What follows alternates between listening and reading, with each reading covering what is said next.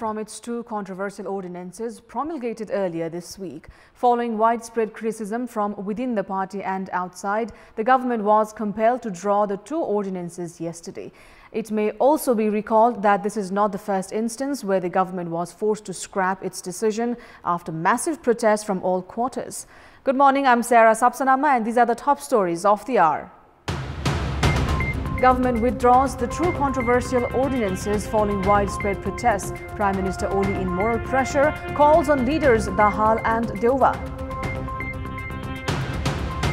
Government intensifies tests on nearly 2,000 individuals who had come in contact with the infected people. Tests confined to headquarters in Sudur Paschim province.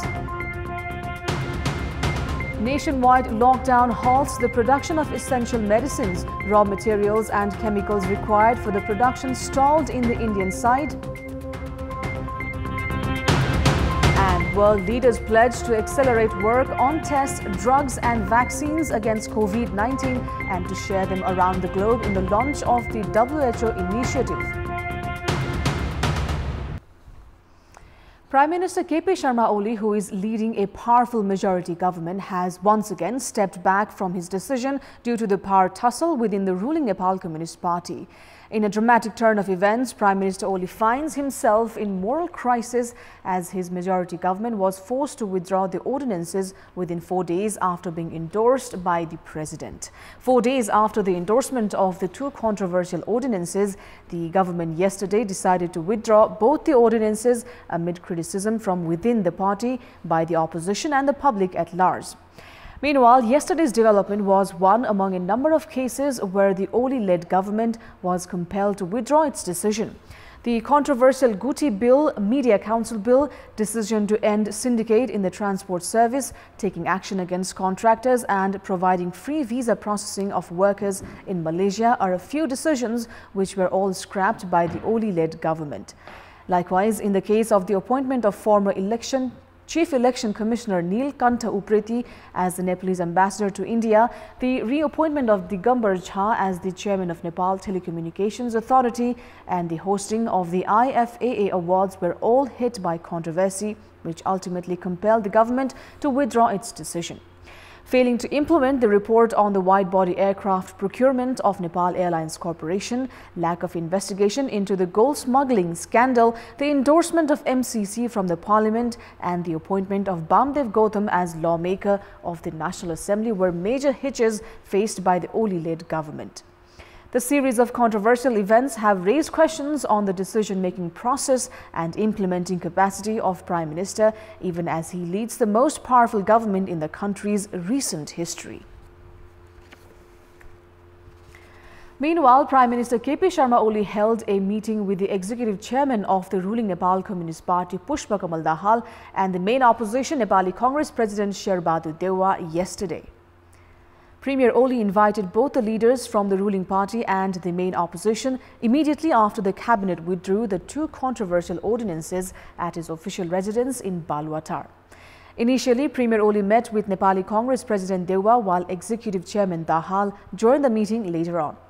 Meanwhile, issuing a press statement yesterday, Nepali Congress said that during the meeting, Party President Deowa demanded action against those involved in the abduction-like incident of bringing Samajwadi Party lawmaker Surendra Yadav to Kathmandu.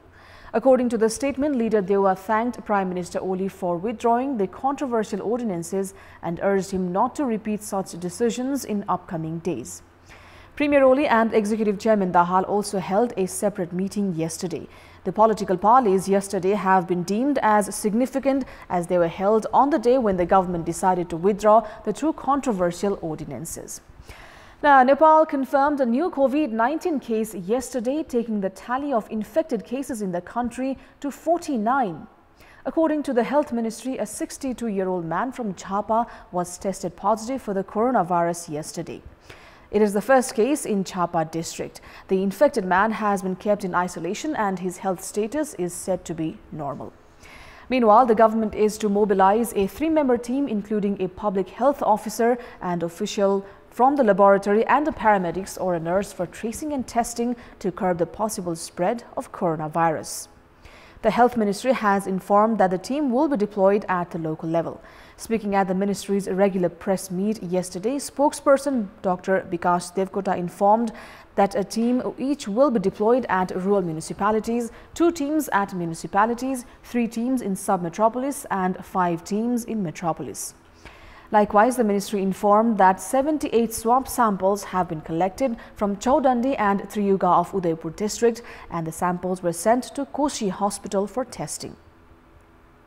A team including officials of the Nepal Army, laboratory and medical officials has been deployed to collect 1,500 samples from 27 places of all the 8 districts of Province 2. A total of 9,407 samples have been tested through PCR method, whereas 38,089 samples have been tested in the country using the rapid diagnostic test. Nepal has reported 49 COVID-19 cases, among which 10 patients have recovered and have already been discharged as well. There is no denying that medicines are highly essential during the time of pandemic. However, the ongoing nationwide lockdown has also halted the production of many essential medicines. The raw materials and chemicals required for the production of medicines are all stalled in the Indian side.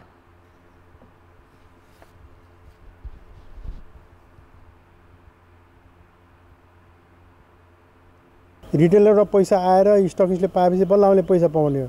अहिले त्यो पैसा पाउने स्थिति हामी छैनौँ। अहिले कसरी चाहिँ माल पुर्याउने भन्ने कसरी गर्ने भन्ने मात्रै हाम्रो कुरा भइरहेछ। अब यसले गर्दा के छ भन्दाखेरि हाम्रो चाहिँ पैसा आउने ठाउँ भएन भने अब स्टाफलाई स्यालेरी कहाँ दिने भन्ने कुरा पनि आउँछ। झन्डै 10% मात्रै पहिलाको तुलनामा व्यापार भएको छ। त्यो 90% हामीसँग स्टक रहेको छ। स्टक मौजुदा रहँदाखेरि समस्या कहाँनिर छ, औषधिको एक्सपायर डेट हुन्छ। 2 वर्ष एक्सपायर डेट, 18 महिना एक्सपायर डेट भएको चिजहरू आज 2 महिना घट्दा त 16 महिना भइसक्छ। यसले पनि हामीलाई भोलिको कालान्तरमा ठुलो समस्या ल्याउँछ।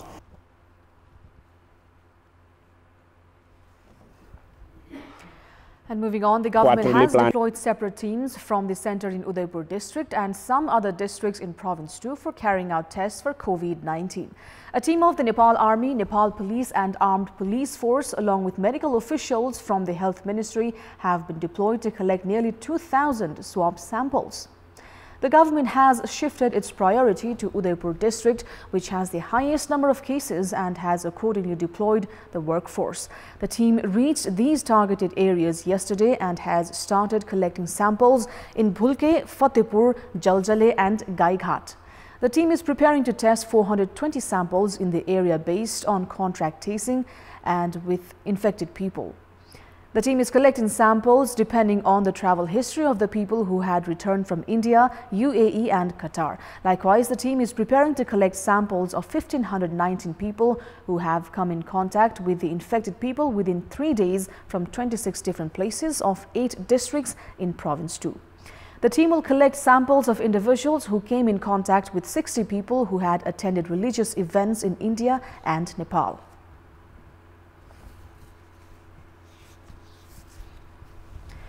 Now, the number of people heading to their respective hometowns citing loss of jobs due to the ongoing lockdown and the COVID-19 pandemic is ever on the rise. Almost 200,000 people have already returned home from different countries, including India, Malaysia and Gulf nations. At a time when fertile lands are barren in the country and the supply of essential goods affected due to the lockdown, the scenario is likely to trigger food crisis. According to the Ministry of Agriculture and Livestock, 30 districts, including districts from Karnali Province and Sudur Paschim Province, are facing food insecurity. The production in the area can hold for merely 6 months. The demand for food in these districts has increased as migrant workers have also returned to their home districts. The Agriculture Ministry has already issued a circular to all the local levels 2 weeks ago in a bid to work with a renewed strategy to bolster agricultural produce and to avoid a possible famine-like situation. The greater demand for food has also increased the opportunity for local levels to increase agriculture production as a youth workforce is currently stationed at its home districts. Currently, 26% of the cultivable lands are barren in the country. Annually, 10.5 million tons of food are produced in the country, which fulfills 80% of the total demand in the country. However, agricultural produce worth 100 billion rupees are imported annually. If the government takes initiatives to formulate strategy to increase production in the country, it can eliminate the fear of food scarcity despite the obstruction in the imports of food stock. Experts have opined that the local levels should invest further in introducing new skills and techniques in the agricultural sectors. The implementation of the ongoing lockdown imposed in a bid to contain the spread of coronavirus in Rukum West has been ineffective in recent days, as the local levels of the district have started to bring the stranded people in different districts back home. With the initiatives from the local levels, people stranded in the capital and other parts of the country have started returning home, resulting in the violation of the lockdown and has increased the risk of the virus spread. Local levels in the district have arranged transport services to bring daily wage workers, students and the local residents of the district back home. Despite a noble motive, the effort from the local levels could also lead to a crisis situation, as it can raise the risk of the spread of coronavirus in the district. However, the local administration has assured that people entering the district will be tested before they are sent home. It's time now for our segment Public Pulse, where you text us with your opinion. Public Pulse. And the question is, what's your take on coronavirus tests carried out only in district headquarters and centers? Your options are A, not serious, B, unable to gauge crisis, and C, inviting trouble. The voting is on. Type NEWS, select your option A, B or C and send it to 34001 to share your opinion with us. Time now for the sports update. Sports news. The International Cricket Council has said that planning for this year's Men's 2020 World Cup and next year's Women's 50-over World Cup is going ahead, even though cricket remains suspended due to the Covid-19 pandemic. The ICC hosted a Chief Executives Committee meeting with the CEOs of the 12 full members and 3 associate representatives to discuss the challenges boards will face in the coming months in their respective countries. The Men's T20 World Cup is scheduled to be played in Australia from 18th of October to 15th of November this year, while the Women's World Cup in 2021 is scheduled for 6th of February to 7th of March in New Zealand. The ICC informed that Chief Executives Committee was updated on the continuing contingency planning for all ICC global events, including the Men's T20 World Cup 2020 and the Women's World Cup 2021. Cricket Australia Chief Kevin Roberts said they were working with the ICC, the government and the local organising committee to understand what it would take to conduct the tournament as scheduled. The Chief Executives Committee also agreed that the future tour program would need to be reviewed till 2023 after a number of bilateral series were postponed due to the pandemic. And with that, it's now time for our special segment, Media Watch.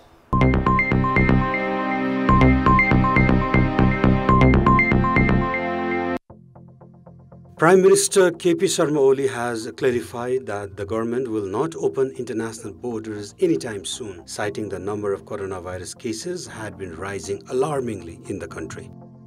Prime Minister Oli informed that the government has not made a decision to open the borders as of now during a video conference on Wednesday. The meeting was held to inform the leaders and lawmakers of the recently issued controversial ordinances and the coronavirus situation in the country. Likewise, in a discussion held with lawmakers from Sudur Paschim province, Prime Minister Oli informed that the international borders would likely remain shut till mid-June. At the meeting, lawmakers Bhim Rao and Ganesh Thaguna had proposed to allow movements of those in quarantine at the border regions after checkups. Prime Minister Oli assured that the government would propose for such a provision with the Government of India before reaching a decision. Nepal Communist Party Chairman duo KP Sharma Oli and Pushpa Kamal Dal informed lawmakers of the current status and the impact of coronavirus in the country. The video conference meeting was attended by lawmakers of all the provinces. Police arrested the mayor of Kalaya sub-metropolitan city along with 3 ward chairmen on Tuesday on charges of distributing inedible lentils to people who have run out of food stock due to the ongoing nationwide lockdown. The police arrested Mayor Rajesh Rai Yadav, Chairman of Ward number 11 Sarva Naran Chaudhary, Chairman Rajan Prasad Kurmi of Ward number 13 and Chairman Mahsa of Ward number 26. With Tuesday's arrest, the number of people arrested so far in this food scam has reached 8. Earlier, Chairman of Ward Number 1 Hariom Shah and Ward Number 7 Formula Ansari, Secretary of Ward Number 20 Khedu Mia were arrested along with Krishna Prasad Yadav from a local grocery store and Tejkaran Jain, proprietor of Birganj-based Dhanalakshmi Mill, for their alleged involvement in distributing inedible foodstuff in the name of relief packages. According to Gautam Mishra, spokesperson of the District Police Office Kalaiya, all 8 accused have been kept under police custody for further investigation. Likewise, the police have seized and sealed additional 22,500 kilograms of lentils which were stocked at Yadav Ice and Cold Store in Kalaiya on Monday evening. Rashtriya Janata Party Nepal and Samajwadi Party agreed to force unification on Wednesday. The two parties got united within 2 days of the ordinance issued by the government, which ironically had made it easier for parties to split. As per the agreement, the new party has been named as Janta Samajwadi Party. Likewise, the new party is to use the flag of the erstwhile Samajwadi Party and the election symbol of Rashtriya Janata Party. In a meeting held on Wednesday night, 4 leaders, each of Samajwadi Party and Rashtriya Janata Party, signed the unification agreement. This is Amar Singh Pradhan for our special segment Media Watch and for Kantipur News Desk.